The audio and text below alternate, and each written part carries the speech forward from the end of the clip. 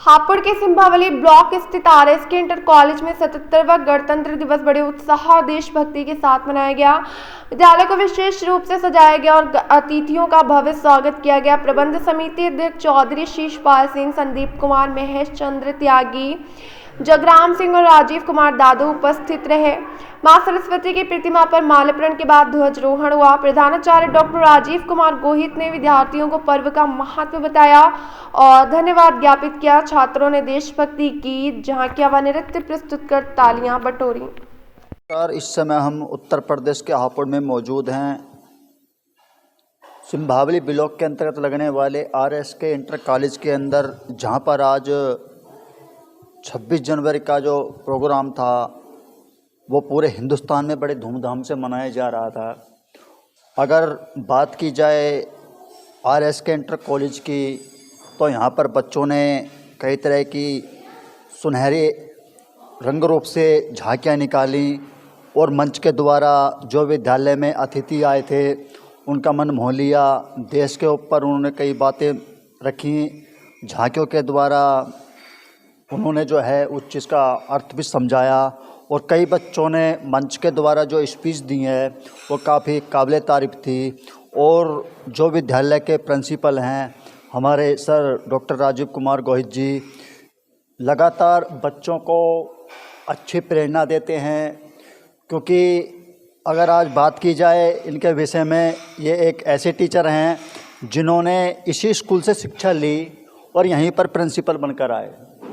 आज इस चीज़ को समाचार नेशन बता रहा है 26 जनवरी के पर्व पर, और जब से विद्यालय के अंदर आए हैं बच्चों को शिक्षा को लेकर काफ़ी गंभीर रहते हैं और लगातार बच्चे, टीचर लोग भी इनकी सराहना करते हैं। आइए जानते हैं इनसे आज के प्रोग्राम के लिए कि बच्चों ने आज का प्रोग्राम कैसे बनाया तथा 26 जनवरी के विषय में कुछ बातचीत होगी। यार,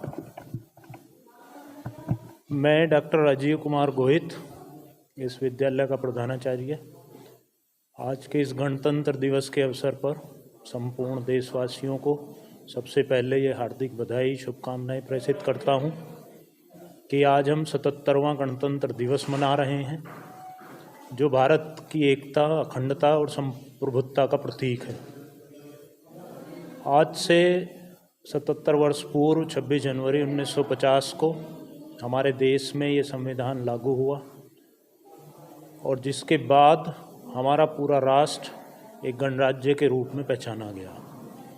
आज इस आरएसके इंटर कॉलेज परिसर में माननीय अध्यक्ष महोदय, प्रबंधक महोदय, प्रबंध समिति के अन्य सम्मानित सदस्यगण, पत्रकार साथी, बहुत सारे अभिभावक और प्यारे बच्चों की उपस्थिति में देशभक्ति से भरपूर कई कार्यक्रमों का आयोजन किया गया। सबसे पहले विद्यालय में ध्वजारोहण का कार्यक्रम था। तत्पश्चात मां सरस्वती के प्रांगण में पुष्पमाला अर्पित करके उनको श्रद्धांजलि दी गई।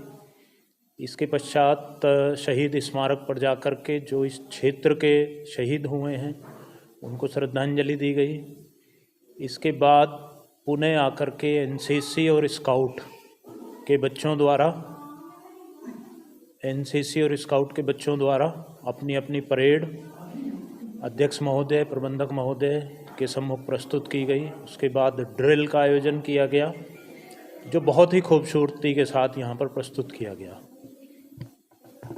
सर, एक सवाल है कि हमने बच्चों के द्वारा सुना है तथा बड़ों के द्वारा कि आपने इसी स्कूल से शिक्षा ली थी और सर इसी में अपने प्रिंसिपल का पद संभाला है। क्या सर कभी आपको इस बारे में अवगत था कि ऐसा हमारे साथ हो सकता है? देखिए, मैं यहाँ 1989 में कक्षा 9 में आया, यहाँ पर कक्षा 9 का छात्र बन कर के आया और मैंने 1993 तक यहाँ कक्षा 12 उत्तीर्ण की।